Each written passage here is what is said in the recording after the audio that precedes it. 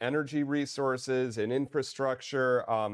He's saying that if that will happen if there is not a deal to end the war shortly. I want to bring in Dr. Paul Chabot right away. He is a retired naval intelligence commander, also former White House advisor as well. Dr. Chabot, good to see you as always. Thank you for being here. No, my pleasure. Another critical day. Absolutely. So when you hear this news, what was your reaction, first of all? Yeah, I always try to go back from a military intel perspective. You want to look at what's happened, history, recent, but also project forward. So my assumption is the reason Trump has said this, and he's leaned to this before, is in the last 24 hours, Iran struck a desalinization plant in Kuwait. Now, Kuwait has about 7 or 8 of these desal plants, which are critical for their civilian water supply. You think of it, about 90% of Kuwait depends on these desal plants. Iran has over 100 of them, and my assumption is this may be a response right off the cuff from Trump talking about the attack on Kuwait, where we have troops stationed, to now threatening Iran that if you continue to do this or don't come to the table with a deal, we're going to strike similar targets as what they are doing with our allies in the Middle East. And it seems like there's been a little bit of a back and forth when it comes to this as well, because he's extended the deadline to reopen the Strait of Hormuz just within the last week, and now it's saying talks had been going well. Iran was saying, look, there hasn't been any talks whatsoever at this point, but really now going back and saying if we don't reach a deal, there's going to be destruction at this point. Yeah, and that seems pretty firm response today. Also, new information out that, Pakistan's been playing a large sort of Secretary of State role, if you will, on the international stage between the United States and Iran. And as of recent, there's a new player that we're looking at in Iran to potentially negotiate with. It is the Iranian parliament speaker, Mohammad Ghalibaf. He is not seen as a light on the shoes leader. He very staunch, a Revolutionary Guard type person. However, he is no more than just an intermediary between the hardliners in Iran and then a potential negotiation through Pakistan through Trump. So it's very convoluted. And again, this is very new information and untelling how this will play out.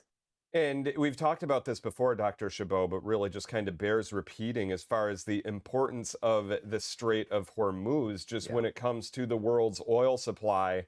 And we've seen the impact that that is having on the gas pump, and there's fears that it could have an even wider impact the longer this goes on. Yeah, I think markets are very nervous right now. Americans are paying more at the pump no matter what state you live in, and it's happening around the globe.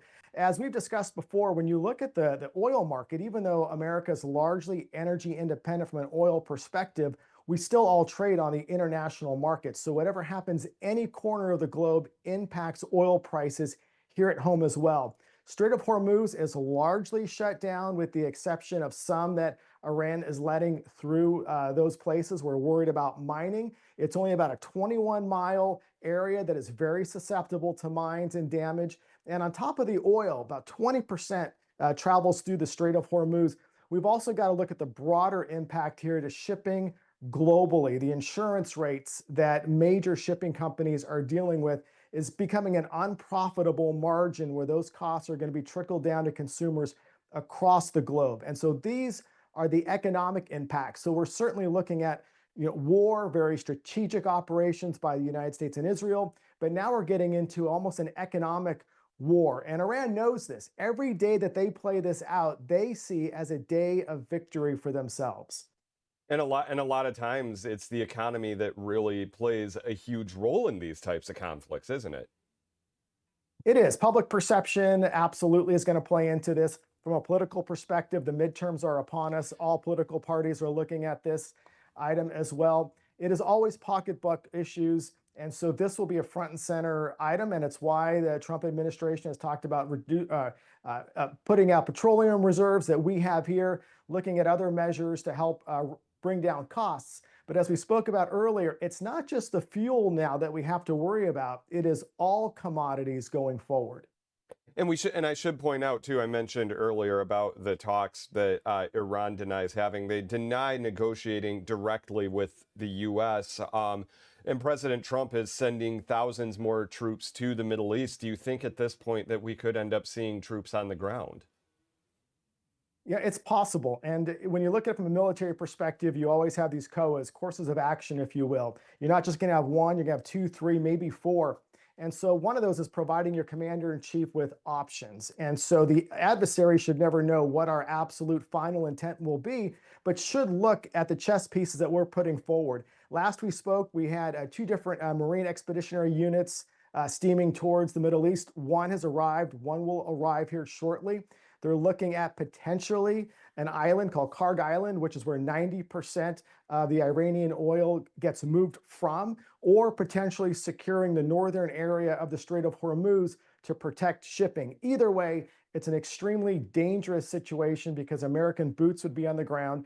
And Iran knows that if they can drag this out economically or take American lives in great numbers, that is to their advantage. And we want to minimize that as much as we can for a successful end, which is why you're going to consistently see the Trump administration talking about negotiations, a 15-point plan, and hoping that potentially Pakistan can play a continued leading role for both sides to come together. So, in your experience, where do you see this go? Where do you see things going from here as we move through the week and even the next couple of weeks? You know, I think in the last few hours, we saw another ballistic missile shot at Turkey. And Turkey is a NATO ally. That's the fourth such ballistic missile that's been shot. And it was shot down. And that would trigger NATO Resolution 4, which basically does not call for a defense of all yet. That's when you get to Article 5. But 4 basically brings everybody together.